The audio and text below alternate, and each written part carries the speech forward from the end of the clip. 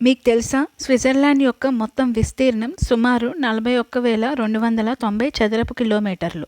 అంటే ఇది అమెరికా రాష్ట్రాన్ని పోలిస్తే ఉదాహరణకు కాలిఫోర్నియా స్విట్జర్లాండ్ కంటే సుమారు 10 రెట్లు పెద్దది.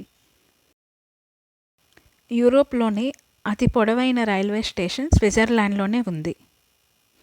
అలాగే అతి పొడవైన టన్నెల్ కూడా స్విట్జర్లాండ్లోనే ఉంది. ఇది దాదాపు 57 కిలోమీటర్లు ఉంటుంది. స్విట్జర్లాండ్లో క్రైమ్ రేట్ చాలా తక్కువ.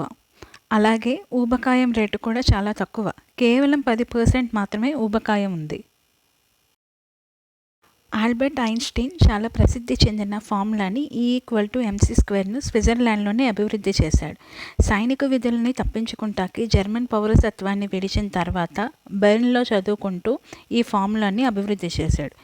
అన్నట్టు బెర్న్ అనేది స్విట్జర్లాండ్ రాజధాని. చార్లీ చాప్లిన్ స్విట్జర్లాండ్లోనే మరణించారు.